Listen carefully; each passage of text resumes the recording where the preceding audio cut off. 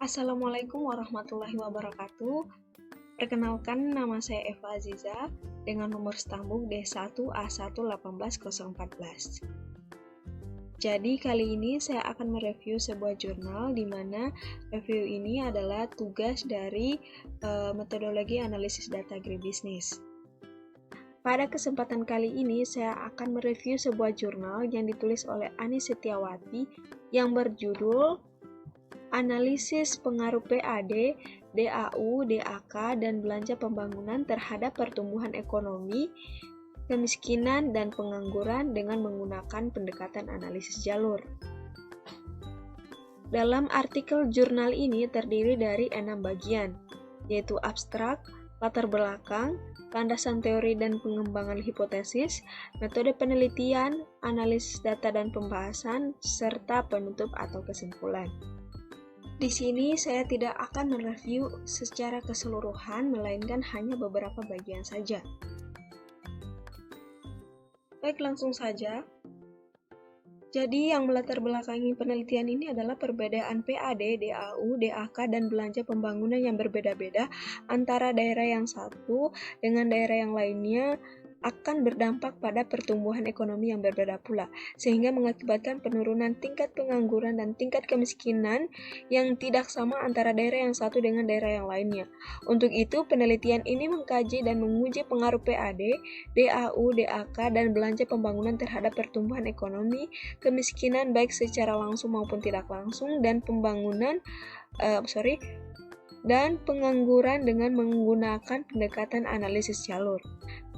Sedangkan tujuan penelitian ini adalah untuk menguji pengaruh langsung PAD, DAU, DAK, dan belanja pembangunan terhadap pertumbuhan ekonomi, pengaruh langsung pertumbuhan ekonomi terhadap kemiskinan dan pengangguran, serta pengaruh tidak langsung PAD, DAU, DAK, dan belanja pembangunan terhadap kemiskinan dan pengangguran. Selanjutnya, jenis variabel yang digunakan dalam penelitian ini adalah variabel eksogen dan endogen. Untuk variabel bebas sendiri itu, X1 itu merupakan pendapatan asli daerah, X2 dana alokasi umum, X3 dana alokasi khusus, X4 belanja investasi. Pendapatan asli daerah menurut Halim 2001 adalah penerimaan yang diperoleh daerah dari sumber-sumber dalam wilayahnya sendiri yang dipungut berdasarkan peraturan daerah sesuai dengan peraturan perundang-undangan yang berlaku. Kemudian, dana alokasi umum itu adalah dana yang berasal dari APBN atau anggaran pendapatan dan belanja negara yang dialokasikan dengan tujuan pemerataan kemampuan keuangan antar daerah untuk membiayai kebutuhan pengeluaran dalam rangka pelaksanaan desentralisasi.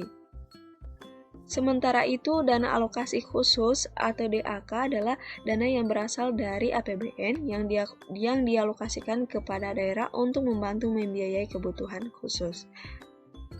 Terkait dengan belanja daerah atau belanja investasi itu, menurut Halim 2002, belanja investasi itu dibagi menjadi dua, yaitu belanja rutin atau operasional dan belanja pembangunan. Untuk belanja pembangunan, aspek-aspek yang harus dipertimbangkan oleh pemerintah daerah berupa aspek kelayakan teknis, keuangan, dan ekonomi, serta sosial budaya. Kemudian yang kedua adalah variabel antara. Di dalam penelitian ini, yang menjadi variabel antara itu X5, yaitu pertumbuhan belanja ekonomi. Secara umum, pertumbuhan ekonomi dapat diartikan sebagai perkembangan kegiatan dalam perekonomian yang menyebabkan barang dan jasa yang diproduksi dalam masyarakat bertambah dan kemakmuran masyarakat meningkat. Istilah pertumbuhan ekonomi menerangkan atau mengukur prestasi dan perkembangan suatu perekonomian. Pertumbuhan ekonomi dapat juga diartikan sebagai kenaikan Gross Domestic Product atau Gross National Product atau GNP tanpa memandang apakah kenaikan itu lebih besar atau lebih kecil dari tingkat pertumbuhan penduduk atau apakah perubahan struktur ekonomi terjadi atau tidak. Dan kemudian yang ketiga adalah variabel terikat, di mana yang menjadi variabel terikat dalam penelitian ini adalah kemiskinan atau Y1 dan pengangguran atau Y2. Menurut Dinas Sosial Jawa Timur, definisi kemiskinan dapat dilihat dari dua sisi, yaitu ekonomi dan sosial. Dari sisi ekonomi, kemiskinan menunjukkan ketidakmampuan seseorang untuk memenuhi kebutuhan makanan maupun non-makanan yang bersifat mendasar. Sedangkan dari sisi sosial menunjukkan ketidakmampuan dalam peran sosial. Sedangkan pengangguran itu menurut Iskandar Potong 2003 adalah penduduk yang tidak bekerja tetapi sedang mencari pekerjaan atau sedang mempersiapkan suatu usaha baru, atau penduduk yang tidak mencari pekerjaan karena tidak mungkin mendapatkan pekerjaan, atau penduduk yang tidak mencari pekerjaan karena sudah diterima bekerja atau mempunyai pekerjaan tetapi belum bekerja. Kemudian tahapan analisis PET. Dari gambar ini bisa kita ketahui desain penelitian atau tahapan penelitian. Pertama-tama yang harus dilakukan adalah mencari estimasi regresi pengaruh PAD terhadap pertumbuhan ekonomi atau X1 ke X5. Kemudian estimasi regresi pengaruh DAU ke pertumbuhan ekonomi atau X2 ke S5.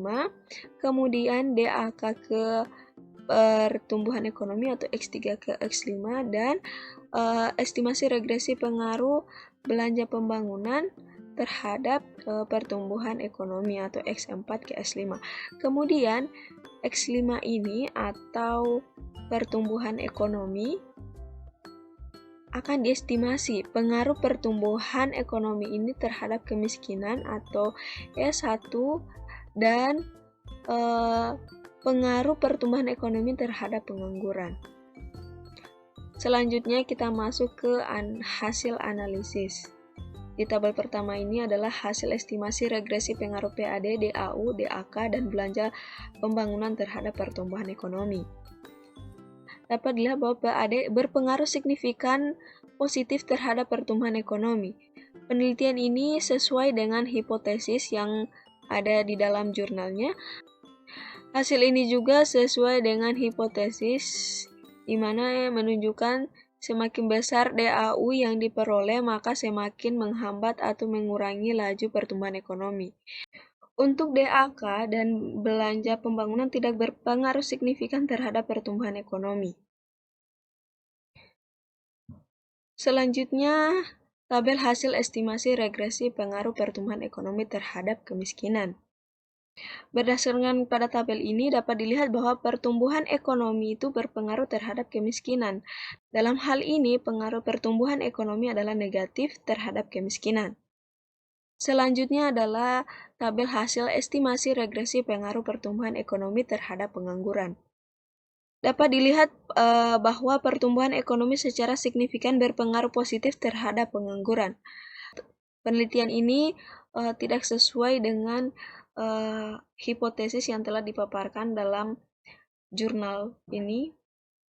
Nah, berdasarkan hasil penelitian ini, maka dapat disimpulkan bahwa kesenjangan PAD, DAU, dan DAK antara satu kabupaten atau kota yang menerima PAD, DAU, dan DAK yang jumlahnya minimum dengan kabupaten atau kota yang menerima PAD, DAU, dan DAK yang jumlahnya maksimum cukup besar.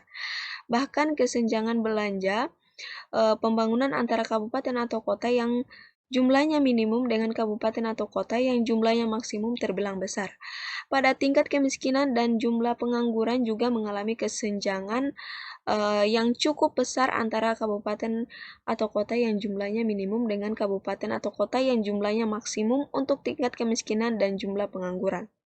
Hasil pengujian secara langsung dengan regresi berganda menunjukkan PAD berpengaruh positif terhadap pertumbuhan ekonomi, sedangkan DAU berpengaruh negatif terhadap pertumbuhan ekonomi. Untuk pengujian secara langsung untuk pengaruh pertumbuhan ekonomi terhadap kemiskinan dan pengangguran menunjukkan adanya pengaruh yang signifikan, tetapi pertumbuhan ekonomi berpengaruh negatif terhadap kemiskinan dan berpengaruh positif terhadap pengangguran.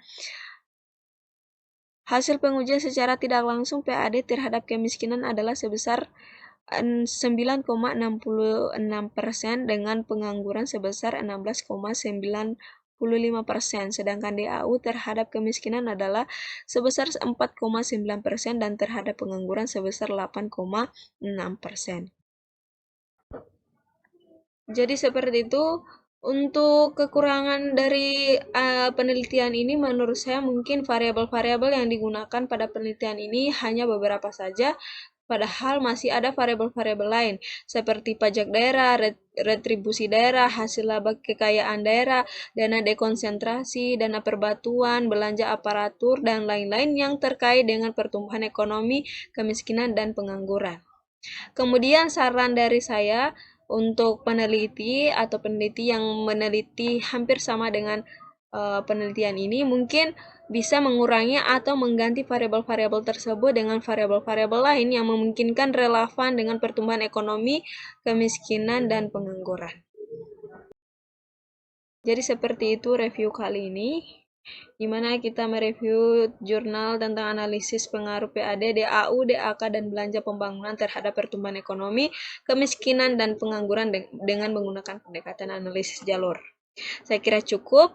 Terima kasih. Akhir kata, wabillahi taufik wal hidayah. Wassalamualaikum warahmatullahi wabarakatuh.